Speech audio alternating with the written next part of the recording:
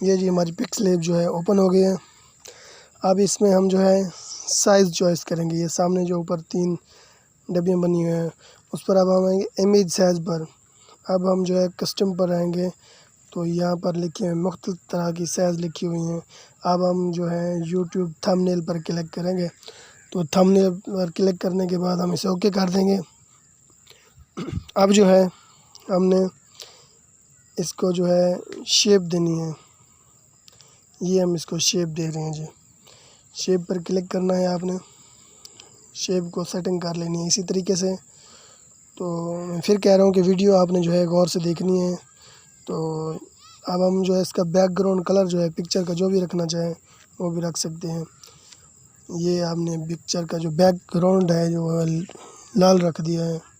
तो अब हम जो है इसकी सेटिंग करेंगे शेप की सेटिंग करने के बाद जो